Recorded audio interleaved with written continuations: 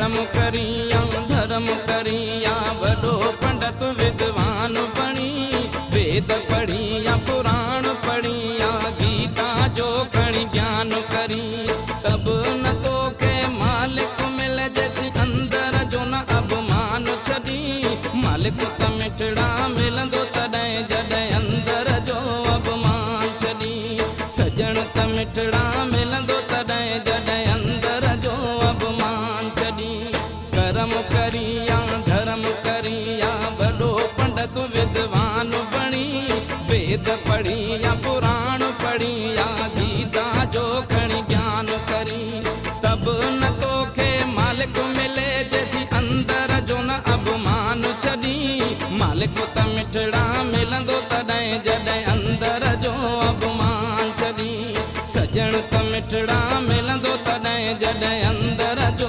अभिमान छदी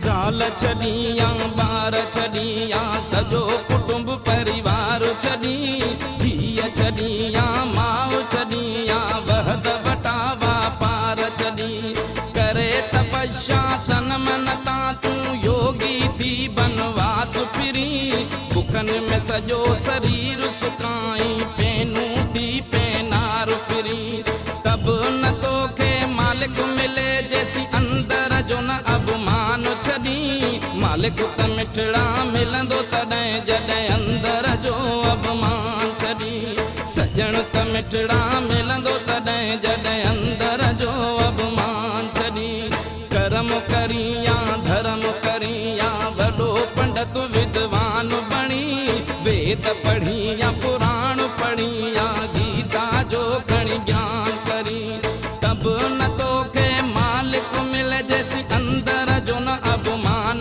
छदी मालिक त मिठड़ा मिलंदो तॾहिं जॾहिं अंदर जो अभिमान छदी सजण त मिठड़ा मिलंदो तॾहिं जॾहिं अंदर जो अभिमान छदी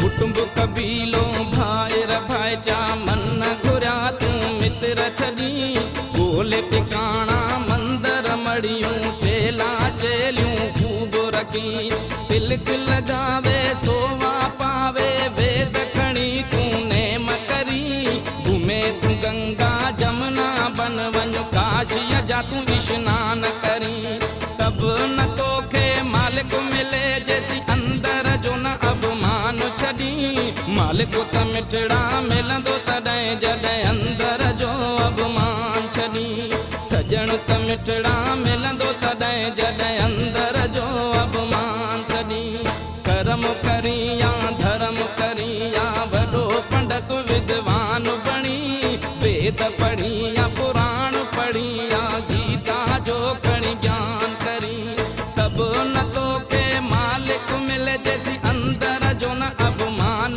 छदी मालिक त मिठड़ा मिलंदो तॾहिं जॾहिं अंदर जो अभिमान छदी सजण त मिठड़ा मिलंदो तॾहिं जॾहिं अंदर जो अभिमान छदी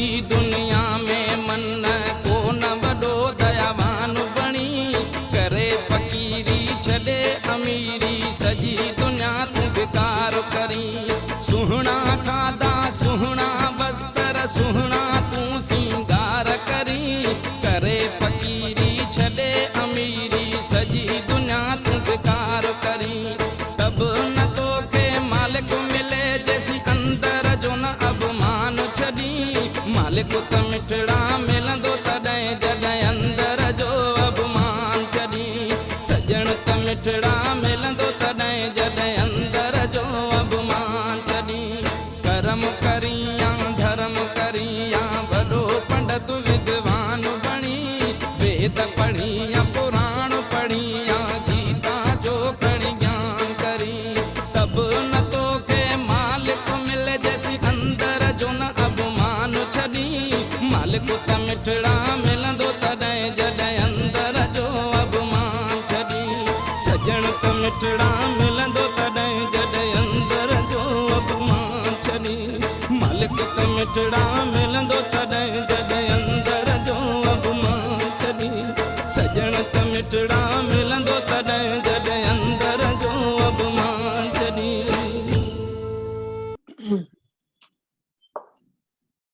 ओम शांति। सभिनी गाने खे ध्यान सां ॿुधो हूंदो। मालिक त मिठड़ा तॾहिं मिले जॾहिं अंदर जो अभिमान छॾी। कल पढ़ियो हुयोसीं परमात्मा पिता जो परिचय ऐं टियों पढ़ियोसीं आत्मा जो परिचय। आत्मा में टे शक्तियूं हूंदियूं आहिनि। शक्तियुनि जो नालो आहे मन बुद्धि ऐं संस्कार। ऐं आत्मा में 7 गुण हूंदा आहिनि। 7 ई गुण कहिड़ा कहिड़ा? शांति, प्रेम, आनंद, सुख, ज्ञान, पवित्रता ऐं शक्ति। ये 7 ई गुण रोज़ एक्सप्लेन करे ॿुधाया हुया कि शांति सभिनी खे सुठी लॻंदी आहे, अशांत रहणो न वणंदो आहे, क्रोध कंहिंखे नथो वणे, मिठोपन हर कंहिंखे थो वणे, प्रेम हर कंहिंखे थो वणे, गुस्सो करणु नथो वणे, आनंद हर कंहिंखे सुठो थो लॻे, सुख जी अनुभूति हर कंहिंखे वणे थी, दुख नथो वणे, ऐं शक्तिशाली रहणु हर कोई थो पसंदि करे। ज्ञान ॿुधण बि जंहिंजी बुद्धि खुली आहे उहे ज्ञान ॿुधण था चाहिनि, प्यासा आहिनि, ऐं जंहिंजी बुद्धि न खुली आहे उहे ॿुधी करे बि अणॿुधो था करनि। त पवित्रता बि वणे थी, साफ़ सुथरोपन, घर बि साफ़ सुथरो हुजे, मन बि साफ़ हुजे, शरीर बि शुद्ध हुजे। त इहे 7 ई गुण आत्मा जा ॿुधाया हुया। ऐं 3 शक्तियूं, मन सोचण जो कमु कंदो आहे, बुद्धि तोरींदी आहे, ऐं संस्कार अर्थात आदतां जेके ठहंदियूं थियूं वञनि उनखे संस्कार चइबो आहे। ॿियो वरी परमात्मा पिता जो परिचय कल्ह पढ़ियोसीं। उन्ही में हर धर्म जा माण्हू जंहिं ईश्वर खे मञनि उनखे असां बि चई सघंदासीं न ईश्वर आहे। हिंदू, मुसलमान, सिख, ईसाई सभु धर्मनि वारा माण्हू उन परमात्मा पिता खे अगरि मञनि था त असां बि चई सघंदा आहियूं दावे सां हा इहो ई आहे परमात्मा। लेकिन जीअं सभु ॼणा देहधारियुनि खे ॾिसी कोई क्रिश्चियन खे थो मञे, कोई कृष्ण भॻवान खे थो मञे, कोई कंहिंखे थो मञे, कोई गुरु नानक खे थो मञे, त इहे देहधारी आहिनि। इन्हनि सभिनी खे रचण वारो देवी देवताउनि जो चयो वियो आहे 33 करोड़ आहिनि। त देवी देवताउनि खे रचण वारो हिकु ई पाण परम पिता परमात्मा। जंहिं एॾा सुंदर देवी देवताउनि खे रचो उहो पाण केॾो सुहिणो हूंदो। त पाण ईश्वर जो बि पाण सम्झोसीं कि उहो निराकार आहे। हिंदू धर्म में शिवलिंग जे रूप में मञनि था, ऐं क्रिश्चियन धर्म में लाइट जे रूप में, इन करे कैंडल ॿारदा आहिनि, गॉड इज लाइट चईंदा आहिनि, भगवान प्रकाश आहे। ऐं सिख धर्म में एक ओंकार निराकार, सत श्री अकाल चईंदा आहिनि। सत्य माने सत्य आहे, श्री माने श्रेष्ठ आहे, अकाल मतलब जंहिंखे कॾहिं काल खाई नथो सघे, जंहिंजी मृत्यु कॾहिं न थिए।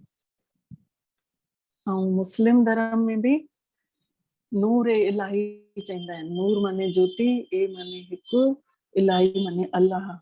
अल्लाह ज्योति स्वरूप आहे ऐं हिकु आहे। त सभिनी धर्मनि वारा माण्हू हुन हिकु ज्योति स्वरूप परमात्मा पिता खे मञनि था। गायत्री परिवार में भी मशाल जलाईंदा आहिनि, पाण हिंदू धर्म में भी ॾीओ ॿारदा आहियूं। त इहे सभु ज्योति स्वरूप प्रतीक आहिनि परमात्मा पिता जा। अग्नि खे देवता चयो वियो आहे। त हाणे पाण अॼु सम्झदासीं सृष्टि चक्र, संसार कीअं शुरूआत थी थिए, कीअं संसार जो अंत थो थिए, ऐं हिन सृष्टि चक्र खे ठाहिण वारो परमात्मा पिता। पाण आरती कंदा आहियूं त उन थाली में स्वास्तिका जो चिन्ह लॻाईंदा आहियूं। स्वास्तिका जंहिंखे पाण सिंधी में गणेश चवंदा आहियूं। गणेश छा पियो अथई?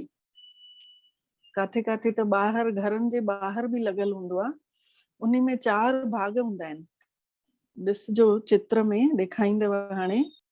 सृष्टि चक्र जंहिंखे चयो वियो आहे, 4 भागनि में पाण आरती में थाली सजाईंदा आहियूं त स्वास्तिका कढंदा आहियूं। स्वास्तिका जो मतिलबु आहे स्व जो अस्तित्व।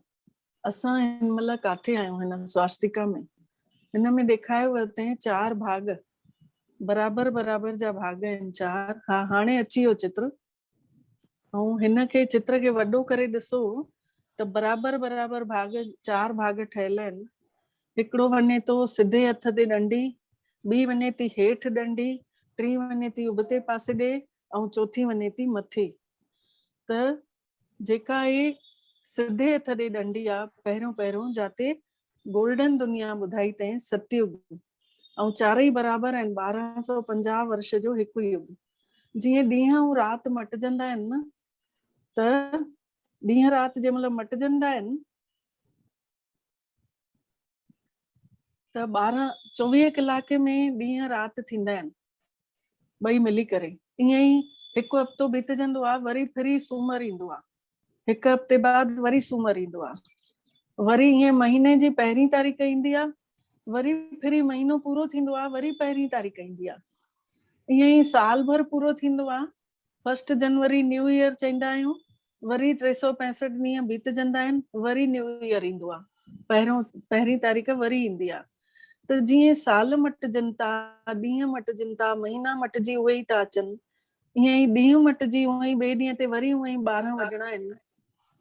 त ईअं पंहिंजा 4 युग भी 1250 वर्ष बीतजनि था त सतयुग बीतजे थो, वरी त्रेता युग बीतजे थो 1250 सालनि खां पोइ, वरी द्वापर युग बीतजे थो 1250 सालनि खां पोइ, वरी कलयुग तो बीतजे।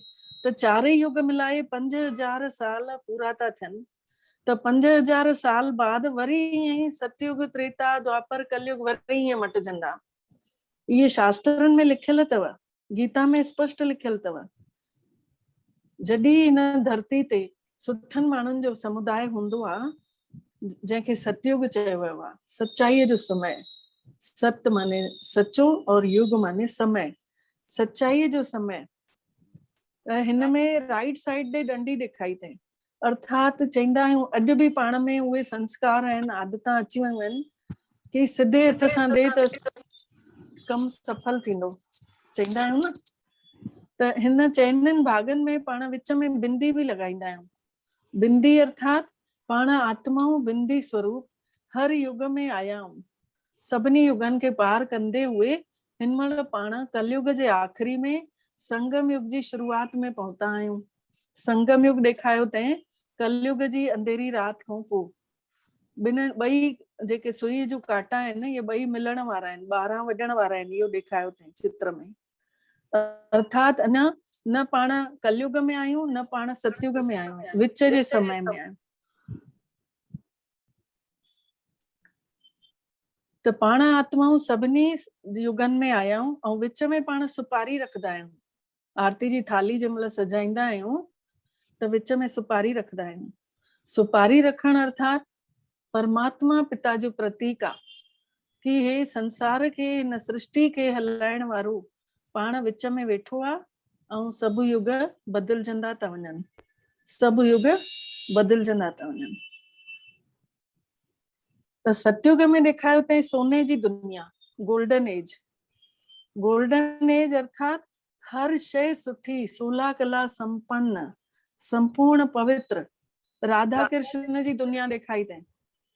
राधा कृष्ण, कृष्ण खे ॾेखारियो अथई मोर मुकुट। मोर पंख ही छो लॻाईंदा आहिनि श्री कृष्ण ते?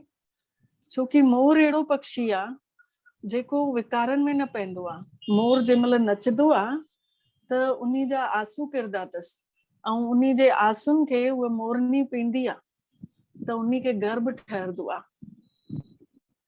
शारीरिक संपर्क न थींदो अथनि मोर ऐं मोरनी जो।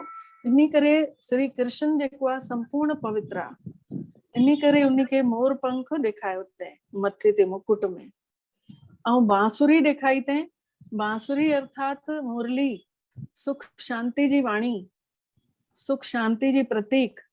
त जंहिं महिल चईंदा आहिनि कि कृष्ण जंहिं महिल मुरली वॼाईंदो हुयो त सभु गोप गोपियूं न डुकदे डुकदे पंहिंजा कम छॾे बि ईंदा हुया, उन वटि अची मुरली ॿुधंदा हुया।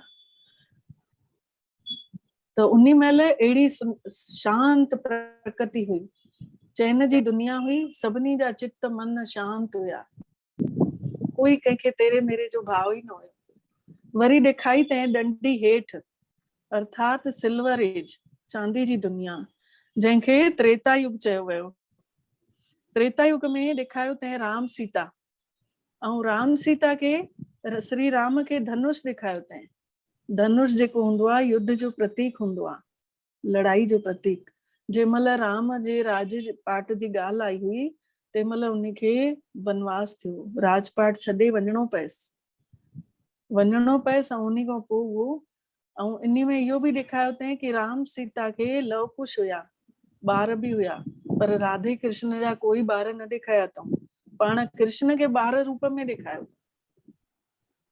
त श्री रामचंद्र की जय चईंदा आहियूं। चंद्रवंशी राजकुमार हुयो ऐं श्री कृष्ण सूर्यवंशी राजकुमार हुयो। त इहा डंडी जेका आहे हेठि ॾेखारी अथई, अर्थात हिननि जूं ॿ गुण ख़तम थिया। जेके 16 कला संपन्न हुया उहे 14 कला संपन्न थिया, उन्हनि जा गुण 14 थिया। 16 आना सच हुया, उन्ही में 2 आना सम्झो कूड़ मिलियो त चांदी थी विया गुणनि सां। हाणे अची वियासीं पाण द्वापर युग में। द्वापर माने 2 पुर 2 रास्ते ऐं उबते पासे ॾे डंडी आहे, अर्थात माण्हुनि जी बुद्धि उबती थींदी वई, वीचार बदिलजंदा विया, उबते पासे ॾे हलण लॻा कि घर घर में 2 चुल्हा थियण लॻा, भाइरनि में दीवाला खड़ियूं थींदियूं आहिनि। त परमात्मा ॾिठे मथऊं कि मुंहिंजा ॿार एॾा सुहिणा, एॾा श्रेष्ठ, उन्हनि में एॾा गुण हुया, उहे अॼु पाण में विढ़ण लॻा। त उन्हीअ ने परमात्मा पिता ने जीसस क्राइस्ट खे मोकिले, गुरु नानक खे मोकिले, गौतम बुद्ध खे मोकिले, इब्राहिम खे मोकिले, शंकराचार्य खे मोकिले, मतलब पूरो प्रयास कयईं कि भई वञी करे मुंहिंजे ॿारनि खे सम्झाणी ॾियो त ॿार अहिड़े ग़लति रास्ते ते न वञनि। जीअं कोई बि माता पिता आहे ॿारनि खे मना कंदो आहे कि खेॾण न वञ बेटा हेठि, ॾाढो रफ टफ गेम थो हले, तॾहिं बि ॿार न जिद कंदा आहिनि त माता पिता हारजी करे चईंदा आहिनि ठीकु आहे वञ, ॾिसजांइ धिको न अचई, ॾिसजांइ धकु न लॻई, ध्यान सां खेॾजांइ। माउ पीउ त पंहिंजे ओर सां पूरी सम्झाणी ॾींदा आहिनि, पर ॿार तॾहिं बि हेठि वेंदो आहे खेॾण ॿारनि सां। खेॾंदे खेॾंदे उन्ही जी माउ मथां चिलाईंदी अथसि कि अच बेटा रोटी ठही वई अथई रोटी खा, न मञींदो आहे, खेॾण में एॾो मशगूल आहे। पोइ जंहिं महिल शाम थिए थी, धकु लॻेसि थो, माउ रोअण ॿुधे थी, इन विच में उहा ॿियो कंहिंखे मोकिले बि थी कि वञ सॾु करे चएसि वठी चएसि, तॾहिं बि नथो अचे। आख़िर जंहिं महिल धकु थो लॻेसि त उहा चोट ॿुधी, रोअण ॿुधी, उन्ही जो ॾिसे थी मथां अची करे उनखे वठी थी चए, साफ़ सुथरो करेसि थी, सनानु पाणी कराएसि थी, दवा लॻाएसि थी, रोटी खाराएसि थी। उन्ही खां पोइ बि उहो हली थो वञे, चए थो न मूंखे वञिणो आहे हेठि खेॾणो आहे। ॿारनि खे मना करे पियो परमात्मा पिता कि न वञो हेठि, रफ टफ गेम थो हलेव, पर तॾहिं बि आयासीं, जिद कईसीं त माता पिता हारजी वियो।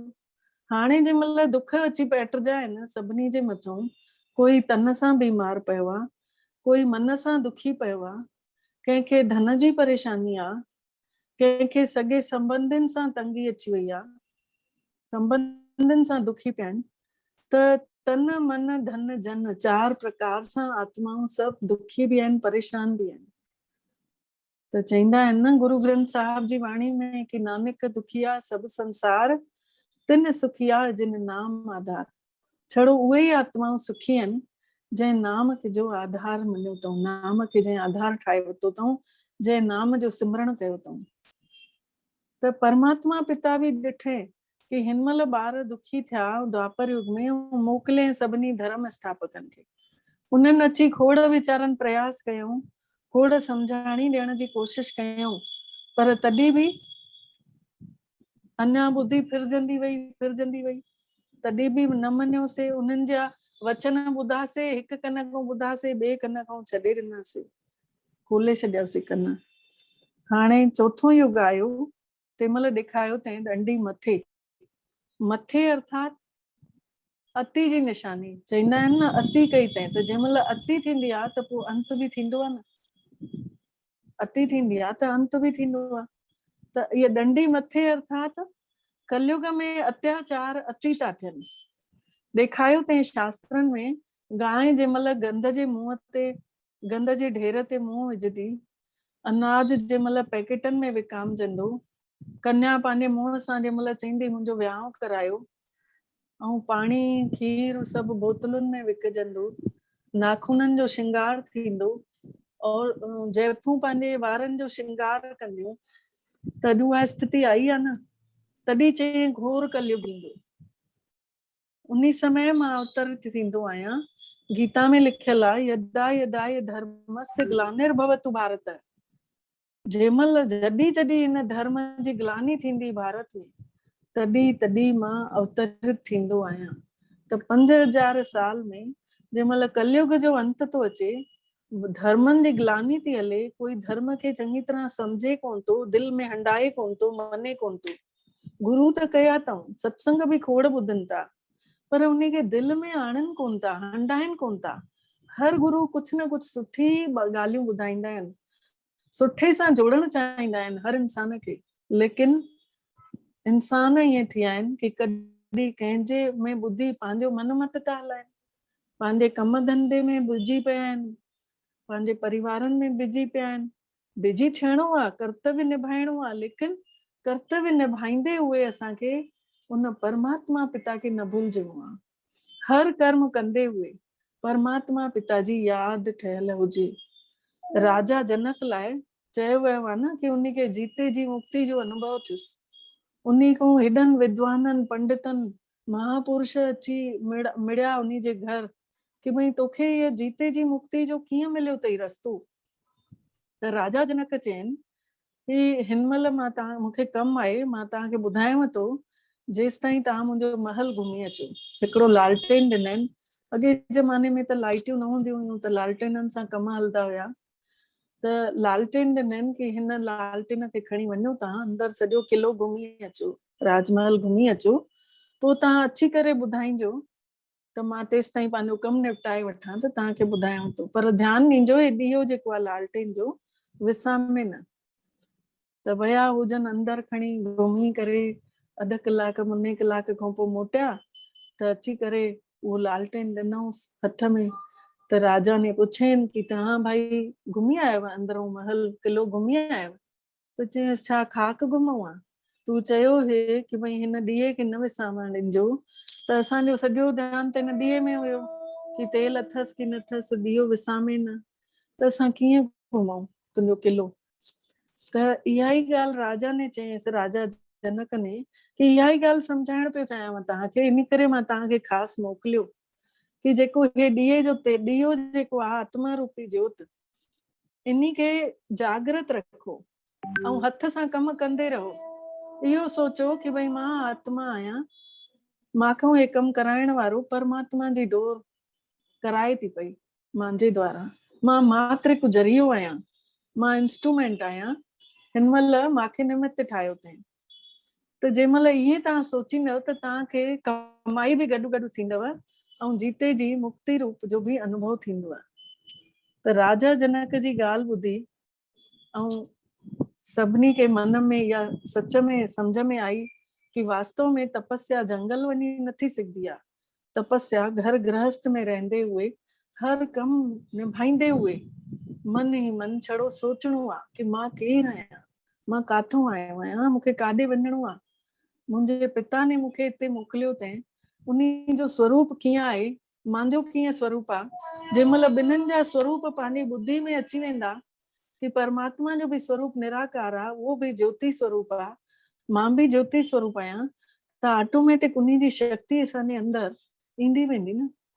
जंहिंमहिल हिक जहिड़े वीचारनि वारा माण्हू मिलंदा आहिनि त उन्हनि जा वीचार एॾा मैच खाईंदा आहिनि कि उहे घंटो वेही रहंदा आहिनि ऐं पतो बि न पवंदो अथनि कि असांजा 2-3 कलाक बीतजी विया। ईअं कीअं थियो? त जंहिंमहिल असां परमात्मा जहिड़े ई स्वरूप में वेहूं था त परमात्मा स्वरूप, परमात्मा पिता खे असां मिठा था लॻूं, मिठा था लॻूं त उन जी दृष्टि जेका आहे असां तां हटे ई कोन थी।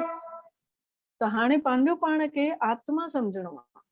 त कलयुग में ये 4 शयूं ॿुधाए कि गांइ जंहिंमहिल गंद जे ढेर ते बीहंदी त अॼु जी डेट में ॾिसो गांइ गंद जे ढेर ते वीचारी बीठल मिलंदी आहे, न त अॻे केॾियूं पूजाऊं कंदा हुआ गांइ जूं। ऐं जंहिंमहिल छोकिरियूं पंहिंजे चइनि कि हा मुंहिंजो भाई विहांउ कराए हिन फलाणे सां, त अॼु उहो बि समय हली रहियो आहे। ऐं टी चीज कि जैफूं पंहिंजे वारनि जो श्रंगार कंदियूं, त अॼुकल्ह कलर हर कोई लॻाए थो पियो पंहिंजे वारनि खे कारो करण लाइ, सुठो नज़र अचूं उन जे लाइ। ऐं चौथों चयो अनाज पैकेटनि में विकामजंदो, जेको अनाज जीअं डंडूं ढेर पिया हूंदा हुया, घर में भंडारा लॻल पिया हूंदा हुआ, उहे अॼु पैकेटनि में थो विकामजे, किलो, अधु किलो, पाव, ईअं थो विकामजे। त इहे 4 शयूं ॿुधायूं इहे कि जॾहिं जॾहिं धर्म जी ग्लानी थिए, मतलब धर्म छा आहे? धारणा करण। धर्म माने धारणा करण। हाणे आत्मा जो स्वधर्म छा आहे? आत्मा जो स्वधर्म आहे शांति। मां आत्मा शांत स्वरूप आहियां। जंहिंमहिल पंहिंजो पाण खे इहो मञियोसीं कि भई मां आत्मा शांत स्वरूप आहियां, त सम्झो मां पंहिंजे स्वधर्म में टिकियल आहियां। त धर्म जी जंहिंमहिल ग्लानी थींदी तॾहिं तॾहिं मां अवतरित थींदो आहियां। इहा चीज चई अथई गीता में। त धर्म जी ग्लानी हिन महिल थिए थी, हर कोई माण्हू कोई बि पंहिंजो पाण खे आत्मा नथो सॾाए। हर कोई सॾाए थो कि भई न मां फलाणो आहियां, मुंहिंजी हीअ पोस्ट आहे। जेको गानो ॿुधोसीं न, जे अंदर जो अभिमान आहे हर कंहिंखे कि मां मिनिस्टर आहियां, मां इंजीनियर आहियां, मां वकील आहियां, मां फलाणो आहियां, मां टीचर आहियां। त हर कंहिंखे अंदर अंदर अभिमान जगियल पियो आहे। त एॾो अभिमान जेको करियूं था त उन जे करे परमात्मा पिता परे थी विया आहिनि। जंहिंमहिल असांजे अंदर आत्मा जो भान अची वेंदो, आत्मा जो स्वरूप अनुभव थींदो रहंदो, त निवड़त त ऑटोमेटिक ईंदी न। निवड़त करण सिखी वेंदासीं। जंहिंमहिल आत्मा ॾिसंदासीं, ॿियो बंदे खे बि आत्मा ॾिसंदासीं, त ऑटोमेटिक उन खे दया बि अची वेंदी उन जे मथां। त सभु बंदा आहिनि उन परमात्मा पिता हिक जा ई सभु पाण ॿार आहिनि।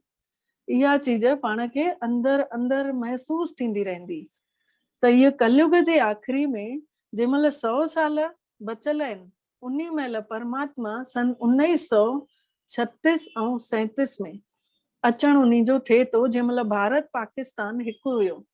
हिन में ॾेखारियो अथऊं कि कलयुग जो आख़िरी समय आहे, थोरो सो हरे रंग जो युग ॾेखारियो अथईं। तंहिंमहिल परमात्मा पिता जो अवतरण थो थिए धरती ते, साधारण माण्हू जे रूप में अचनि था पिया। साधारण मनुष्य जे शरीर में अचनि था ऐं अची करे इहो ज्ञान ॿुधाए हली था वञनि। त जेके 2-3 साल, जेके चङा साल उन्हनि 100 सालनि ताईं सेवा करनि था संगम युग में, संगम मतलब जोड़ मिलन आहे ॿिन्हिनि जो, सतयुग ऐं कलयुग ॿिन्हिनि जो मिलन अर्थात संगम। जीअं नदियूं ऐं सागर मिलंदो आहे त चवंदा आहियूं संगम थियो आहे।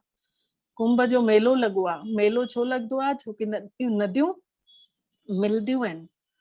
त ईअं ई हिते बि परमात्मा पिता ऐं आत्माउनि जो मेलो लॻो आहे संगम युग ते।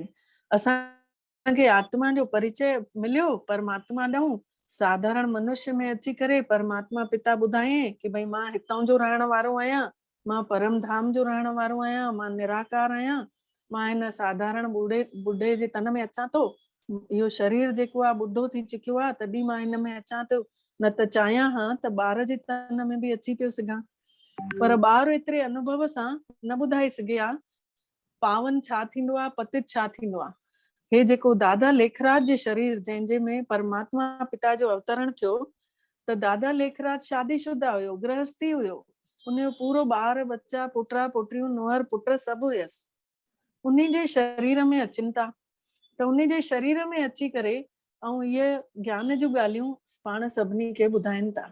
पोइ बाद में जंहिं महिल उहो उतां उन्हनि खे निकिरनि था पाकिस्तान मां अची करे भारत देश में माउंट आबू शहर में अची करे आबू शहर में मथे वञी पंहिंजो ठाहिनि था। उते हिकिड़ो पुराणो किलो हुयो खंडहर टाइप जो, उते अची करे तपस्या करनि था। 300 ॿार उन्हनि सां गॾु हुयनि पाकिस्तान खां जंहिं महिल आया त स्टीमर ते। त उन्ही महिल त बंटवारो न थियो, लेकिन बाद में बंटवारो थियो। त हाणे उन्ही खां पोइ त भारत में ई अची वसिजी विया। तॾहिं चईंदा आहिनि भारत में भगवान आयो, इन करे चईंदा आहिनि। ऐं भारतवासियुनि जी ही एतिरी श्रद्धा आहे, एतिरी भावना आहे कि मंदिर वेंदा, टिकाणनि वेंदा, काथे बि वेंदा, कंहिं गुरू वटि बि वेंदा न, त एतिरी भावना सां उन्ही जी श्रद्धा सां उन्ही जी कंदा आहिनि आरतियूं, पूजाऊं, पाठ, सेवा, सभु चीज ॾाढी भावना सां कंदा आहिनि। त भारत में ई माण्हुनि जी भावना ॾिसी करे भगवान भारत में ई रहियो। उन्ही खां पोइ ॾिठो वञे त विदेशनि में एतिरी भावना कोन्हे, विदेशनि में एतिरा मंदिर कोन्हनि, एतिरा मस्जिद, एतिरा गुरुद्वारा विदेशनि में एतिरा कोन्हनि के जेतिरा भारत में आहिनि। भारत में नंढी खां नंढी जॻह ते बि हली वञो, उते बि काथे रस्ते ते बि तव्हांखे शिवलिंग, काथे मंदिर नंढा वंढा ज़रूर मिलंदव, छोकी भारतवासियुनि जी भावना ॾाढी आहे।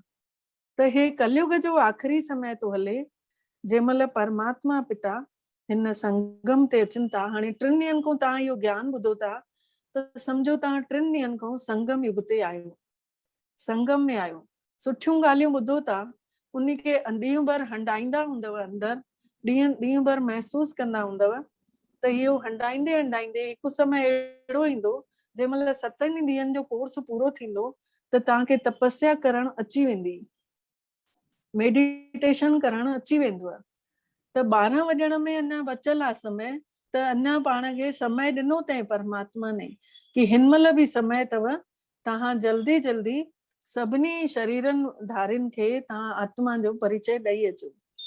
त हे 4 युग मिलाए करे 5000 साल में हिकु भेरो परमात्मा जो अवतरण हिन धरती ते थिए थो। ऐं पोइ सॼी सृष्टि ते इहो जेको हलियो रहियो आहे, सतयुग, त्रेता, द्वापर, कलयुग, इहे 4 युग वरी ईअं रिसाइकलिंग वरी सां हलंदो। जीअं ॾींहं ऐं राति था मटिजनि, जीअं हफ़्ते में ॾींहं था मटिजी वरी हफ़्ते में फिरी ॾींहुं थो अचे, त उहो ई ॾींहुं वरी थो अचे। तीअं ई महीने जी बि 1 तारीख़ वरी सां अचे थी हर महीने। ईअं ई साल भर जो बि 1 जनवरी हर बार अचे थी। त उन खे पाण चऊं था न्यू ईयर, लेकिन अचे त उहो ई रिपीट थो थिए न। त ईअं ई सतयुग, त्रेता, द्वापर, कलयुग बि त रिपीट थो थिए न। त इहो रिपीट थींदे थींदे पाण सां वरी सां पाण संगम ते ईअं ई मिलंदासीं, वरी सां ईअं ई तव्हां ज्ञान ॿुधंदव, वरी सां ईअं ई असां ईअं ॿुधाईंदासीं। ईअं बाबा कराए थो। परमात्मा खे असां बाबा चईंदा आहियूं प्यार सां, छोकी भगवान चओ त परे थो लॻे, प्रभु चओ तॾहिं बि पंहिंजोपन नथो अचे। लेकिन पाण सिंधी में बाबा चओ त जीअं ॾाॾे सां पोटो ॻाल्हाईंदो आहे त कीअं लॻंदो आहे, मिठो लॻंदो आहे न पोटो ॾाॾे खे, केॾो मज़ो ईंदो अथसि। चाहे नक पकड़ेसि, चाहे वार पटेसि, चाहे पुठी ते चढ़ेसि, तॾहिं बि चईंदो आहे पोइ छा आहे, ॿार आहे न। त असांजो बि बाबू आहे न, उहो पिता आहे न। त असां बि छो न चऊंसि प्यार सां बाबा, मुंहिंजा मिठा बाबा, मुंहिंजा प्यारा बाबा। त ॾिसो केॾो आनंद अची वेंदो आहे। जंहिं महिल बि काई बि ॻाल्हि अचे, कोई परेशानी अचे, त पाण खे ईअं चवणु घुरिजे त बाबा ॿुधंदो आहे। चईंदा आहिनि न कि अदृश्य शक्ति आहे उहो, लेकिन पहले पंहिंजे ॿारनि लाइ उहो तयार हूंदो आहे, जेको दिलि सां पुकारेसि। चईंदा आहिनि न सचे दिलि ते साहिब राजी। त सची दिलि सां छड़ो असांखे पुकारणो आहे, उहो साहिब त राजी वेठो आहे। जप साहिब पढ़ियो हूंदो न सभिनी, जप साहिब खे त सुख मिले। त जप साहिब छड़ो गुटको पढ़ण सां न थींदो, पाण खे मन ई मन उन खे यादि करणो पवंदो, उन जूं किरणा वठणियूं पवंदियूं। तॾहिं पाण खे सुख जी बि अनुभूति थींदी। ऐं जीअं जीअं सुख वधंदो वेंदो आत्मा जी कमाई ॾींहुं ॾियारी वधंदी वेंदी। त हिन आख़िरी समय में संगम युग ते जंहिंमहिल परमात्मा जो अवतरण थिए थो दादा लेखराज जे शरीर में, त उन्ही महिल उहो जेको दादा लेखराज हुया उन्ही जा 12 गुरु कयल हुयसि पहले सां ई। हाणे सोचण वारी ॻाल्हि आहे, पाण हिकिड़ो गुरु कयूं था त ॿिए गुरु खे करण में पाण खे लॻंदो आहे कि मतां असांजो पहिरियों वारो गुरु नाराज़ थी वञे। लेकिन दादा लेखराज ने 12 गुरु कया आहिनि, छोकी उन्ही खे संतुष्टि न मिलंदी हुयसि। आख़िर उन्ही जे तन में अचण जो कारण त हूंदो कि परमात्मा ने उन्ही जो ई शरीर छो चुने। त उन्ही खे तसल्ली न हुई कि भई हिन गुरु में बि कंहिं न कंहिं गुरु में काई न काई कमी नज़र अचेसि, वरी अॻिते अधे वरी ॿियो गुरु करे ॾिसां मतां हिन में काई शइ सुठी हुजे। पर इहा चीज फिक्स हुई कि भई उन्हनि कॾहिं बि गुरुनि खे नाराज़ न कयूं। हर महीने उन्हनि जे घर में सत्संग थींदो हुयो, हर हिकु गुरु जो। जेतिरा गुरु कया हुआ 12 गुरु 12 महीना सत्संग हलंदो हो। ऐं पूरा आड़े पाड़े वारनि खे सभिनी खे पतो आहिनि कि भई अॼु दादा जे घर में सत्संग आहे, त उते सभु ॼणा ॿुधण बि अची वेंदा हुया। त जेके ॿुधण अची वेंदा हुया उन्हनि में ही हिकिड़ी कन्या बि ईंदी हुई पंहिंजी माउ सां गॾु, नंढड़ी सी ॿार 9 साले जी। ऐं उन्ही छोकिरी खे मतलब जंहिंमहिल दादा जे तन में पहिरीं बार परमात्मा अचे थो, पहिरीं बार परमात्मा जो अवतरण थिए थो, त दादा जे घर में सत्संग हले पियो। दादा वटि गुरु आयल हुयो कोई ऐं सत्संग हले पियो। दादा खे बेचैनी लॻण लॻसि। उहो उथी करे मथे विया पंहिंजे हुन में वञी करे उते वेठा, त बेचैनी पई लॻेनि त पतो ई न पइनि। हाणे हिननि जी वाइफ चवनि थी कि पंहिंजी नुंहं खे कि ॾिस न हिते सत्संग थो हले ऐं इहो गुरु जो अपमान न आहे, ॾिस वञी पिणई खे ॾिसेसि त काॾे मथे हली वियो आहे, वञ सत करे चएसि। त उन नुंहं खे मोकिले मथे कि वञ सॾु करे चएसि। त उहा नुंहं वई मथे, त उन उते प्रकाश ई प्रकाश नज़र अचेसि पियो, दादा नज़र ई न पियो अचेसि। त उन्ही जे मुंहं मां रड़ निकिरी वई। उन्ही जी जेका ससु हुई उन्ही जो ध्यानु त पूरो पंहिंजे मुड़ुस में हुयो, त उन रड़ ॿुधी ऐं उहा बि मथे डुकी। त ॾिठे जंहिंमहिल आई त उन हिकिड़ो आख़िरी शब्द ॿुधे कि सत्यानंद स्वरूपम शिवोहम शिवोहम, आनंद स्वरूपम शिवोहम शिवोहम, मतलब मां ही शिव आहियां, मां ही सत्य आहियां। त इहे जेके शब्द ॿुधे ऐं उन खां पोइ दादा प्रकाश जेको हुयो ॻाढ़े रंग जो कमरो पूरो भरिजी हुयो, उहो प्रकाश धीरे धीरे धीरे धीरे छटंदो वियो। छटदे छटदे दादा न हिकदमि बेहोश मिलियुनि। हाणे हुननि हेठों 2-3 ॼणा सॾु कराए दादा खे पाणी वाणी जा छीटा हणी हेठि वठी आया। सोचूं कि गुरु जो अपमान कयो अथई, इन करे हिन सां ईअं थियो आहे। अची करे गुरु जे चरणनि में हिनखे लिटायूंसि। गुरुजन चयूंसि कि भई न, तव्हां हिनखे डॉक्टर खे सॾु करायो, हिन जी हालत गंभीर थी लॻे, हिनखे तव्हां कमरे में लेटायो। ऐं उनखे कमरे में लेटायूंसि, डॉक्टर घुरायूं। ऐं सुबुह जो उन्हनि जी वाइफ ने गुरुजन खे रवानो कयईं, विदाई कयनि। सभु जीअं ॾींदा हुया त विदाई करे उन खां पोइ जीअं दादा खे होश आयो त उन खे कुझु पतो ई कान। ईअं ई उन्हनि सां हिकु भेरो न थियो, इहे चीजां उन्हनि सां 2-3 भेरा थियूं। त जेका उहा कन्या ईंदी हुई 9 साले जी, उन खे उहो ख़बर पइजी वेंदी हुई कि हिन महिल दादा जे शरीर में उन खे कृष्ण नज़र ईंदो हुयो। त उहो डुकंदी हुई पाड़े वारनि ॾे कि भई हलो हलो दादा में न श्री कृष्ण अची वियो अथव। ऐं धीरे धीरे सॼे पाड़े ओड़े वारनि खे ख़बर पवंदी वई त हर कोई पंहिंजे स्वार्थवश, कोई पंहिंजो धंधो पुछण अचे, मुंहिंजो धंधो हलंदो कि न, कोई चए मूंखे ॿार थींदो कि न, कोई चए मूंखे हिन में भाग लॻंदो कि न। मतलब जेको पंहिंजा पंहिंजा स्वार्थ जा प्रश्न हूंदा आहिनि, उहे हर कोई पुछण जी लालच में अची वञे। पोइ धीरे धीरे करे माण्हुनि खे बाद में वञी सम्झ आई कि काई अलौकिक शक्ति थी अचे, जेका कि कुझु कंहिंखे बि पतो नथो पए, अचानक सां अची थी वञे, अचानक सां दादा जे शरीर मां ॻाल्हो थो अचे। त जेका वाणी उन महिल हली हुई, उहा ई अॼु असां मुरली जे रूप में ॿुधंदा आहियूं।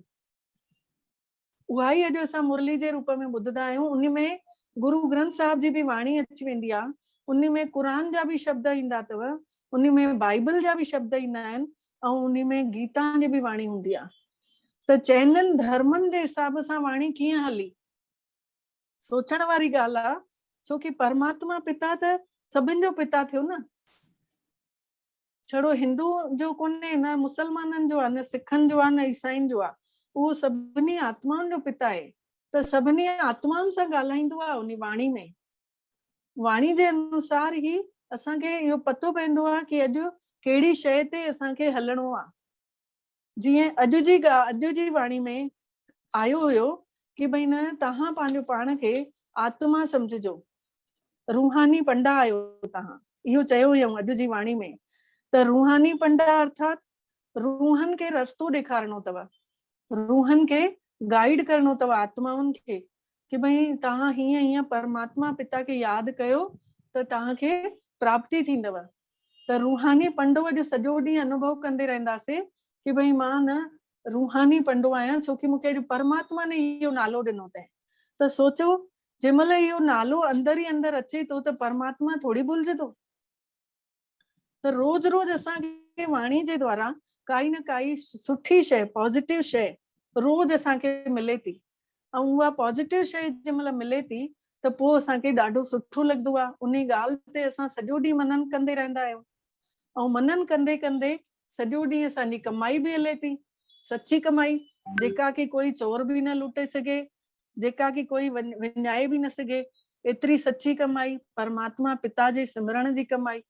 त अहिड़ी त सभिनी खे अहिड़ो जादू लॻणु घुरिजे न कि भई परमात्मा पिता जो सिमरण हर कोई कंदो रहे, अहिड़ो जादू त सभिनी खे लॻे न। त परमात्मा पिता ने जंहिंमहिल उन जे तन में अवतरित थींदा रहिया, जेका वाणी हलाईंदे रहिया, उहा ई वाणी उन्हनि रिकॉर्ड कई, जेके ॿार उते हुया कुझु उन्हनि रिकॉर्डिंग कई, उन रिकॉर्डिंग मां हे मुरलियूं ठही करे उहे ई एक्यूरेट मुरलियूं अथव, उन में कोई बदलाव कोन्हे, कोई हेर फेर कोन्हे, ऐं अॼु जी डेट जे हिसाब सां ई हलंदियूं अथव। अॼु वारे में बि चयो हुयईं कि वारनि जो अॼुकल्ह श्रृंगार थियूं करनि पियूं, त अॼु वारनि जो श्रृंगार त हले ई थो। ऐं इहा कॾहिं जी वाणी आहे, सोचो कॾहिं आया, सन 68 खां पहले जी इहा वाणी आहे, ऐं उन महिल में इहा ॻाल्हि आई हुई। त सोचण वारी ॻाल्हि आहे कि उहा ई चीज एक्यूरेट कीअं थी अची वञे। त परमात्मा पिता सभिनी जे हिसाब सां ई सभिनी जे प्रश्ननि जा उत्तर हूंदा अथव मुरली में, जेका मुरली चईंदा आहियूं। मुरली माने मधुर, र माने रसीली, ल माने लयकारी, बड़ी जी मात्रा माने ईश्वरीय वाणी। त इन करे हिन मुरली खे असां रोज ॿुधंदा आहियूं, मिस न कंदा आहियूं, छोकी परमात्मा पिता डायरेक्ट अची करे उन दादा लेखराज जे शरीर में वेही उन जो नालो ब्रह्मा तो रखे, ऐं उन जो नालो ब्रह्मा रखे उन खां पोइ उहो वाणी था उच्चारनि पिया। त संसार जा जेके टे देव रचना कयईं परमात्मा ने, पहिरीं रचना कयईं ब्रह्मा जी, उन खां पोइ ॿी रचना कयईं विष्णु जी, ऐं टी रचना कयईं शंकर जी। त ब्रह्मा खे जन्म ॾियण जो कार्य ॾिनई कि ये ज्ञान ॿुधाए ॿुधाए करे सुठनि माण्हुनि जो जन्म पैदा कर, सुठा माण्हू पैदा कर हिन संसार में। त सुठा माण्हू थोड़ा ई आहिनि, इन करे देवी देवता थोड़ा ई ॾेखारिया अथऊं, ऐं कौरव 100 ॾेखारिया अथई, 5 पांडव ॾेखारिया अथई।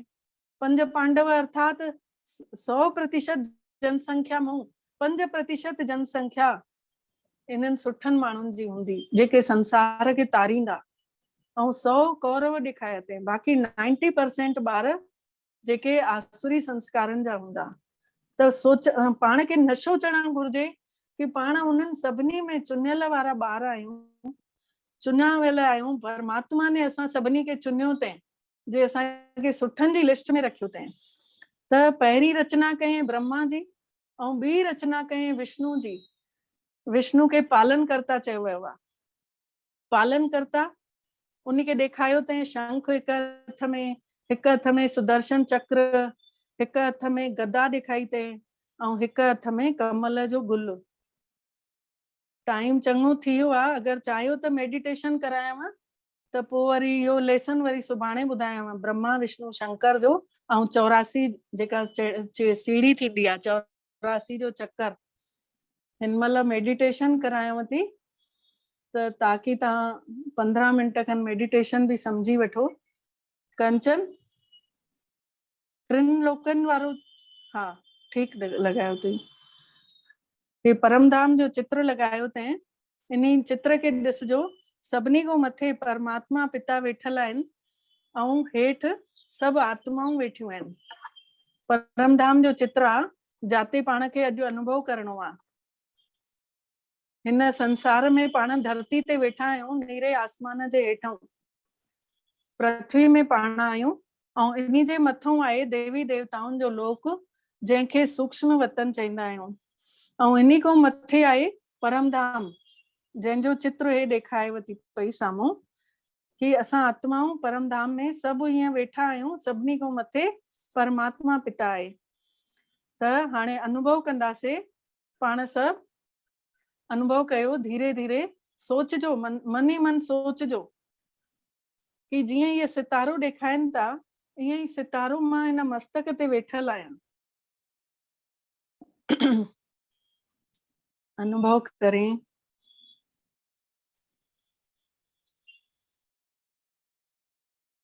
मां शांत स्वरूप, प्रेम स्वरूप, प्रेम के जे सागर जी संतान, शांति जे सागर जी संतान, चैतन्य शक्ति, मां आत्मा आहियां। मां आत्मा हिन शरीर खे हलाइण वारी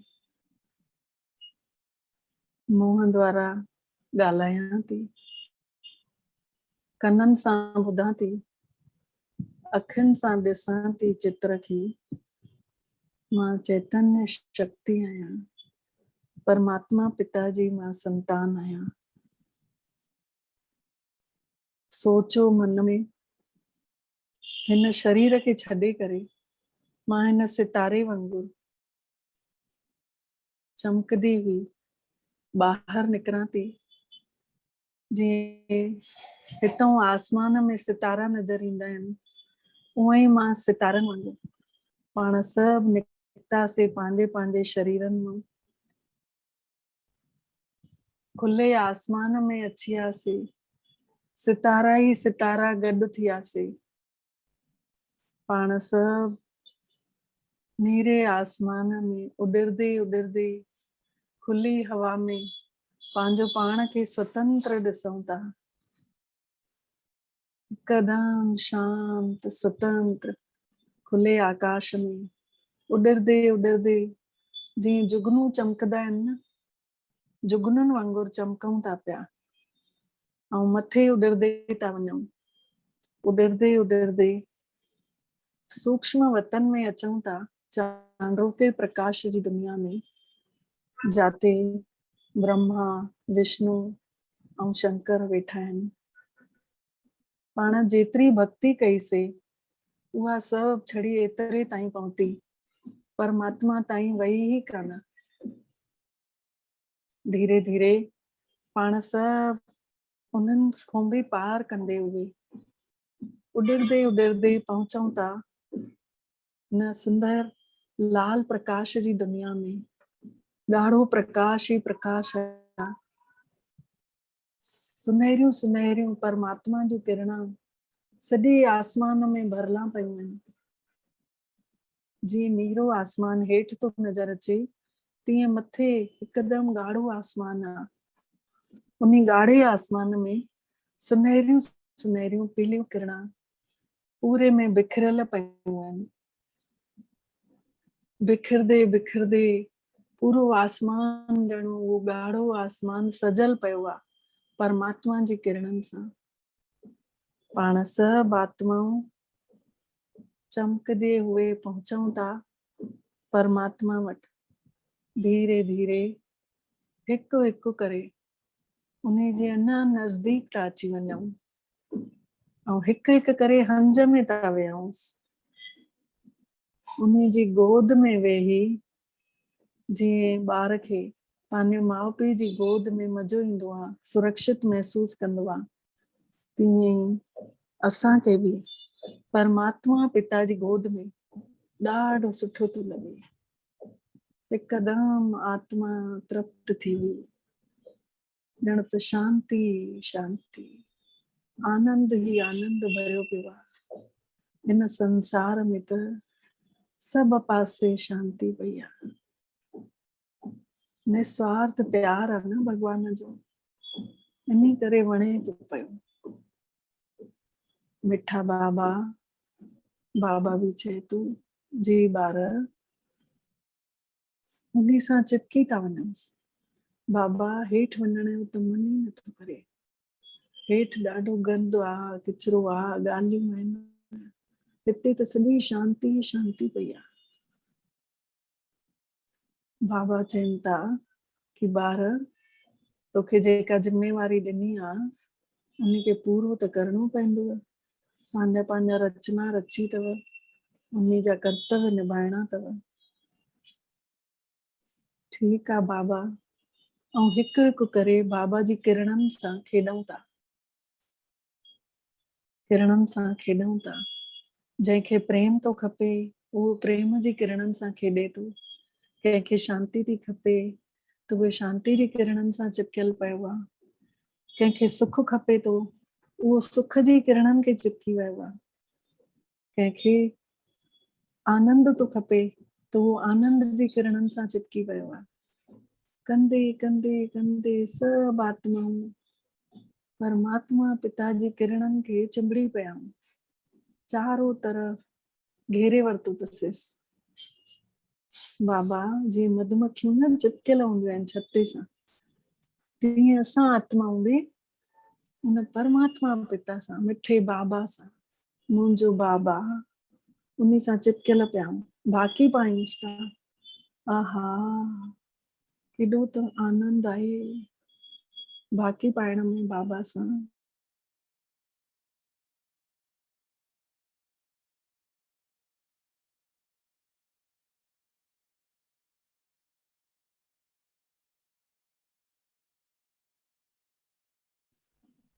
उन निराकार चिंतियूं चवंदा आहिनि न, धीरे धीरे असांजे मथां बि उन्ही जो रंग चढ़े थो पियो, उन्ही जूं शक्तियूं, उन्ही जा गुण, उन्ही जो प्यार असां सभिनि जे अंदर तो वेंदो वञे।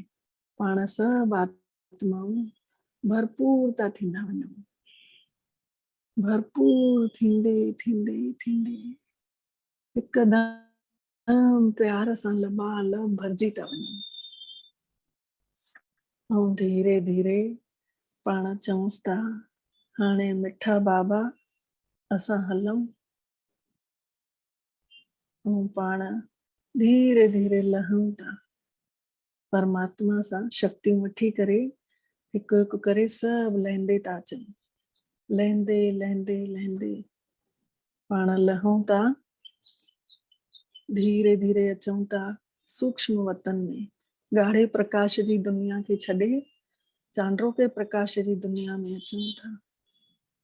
उते भी पार कंदे हुए उते भी शांति ही शांति हुई, एॾी शांति, उन्हीं खे भी पार कंदे हुए अचूं था पंहिंजे हिन नीरे आसमान में, हिन पृथ्वी ते अची था वञूं।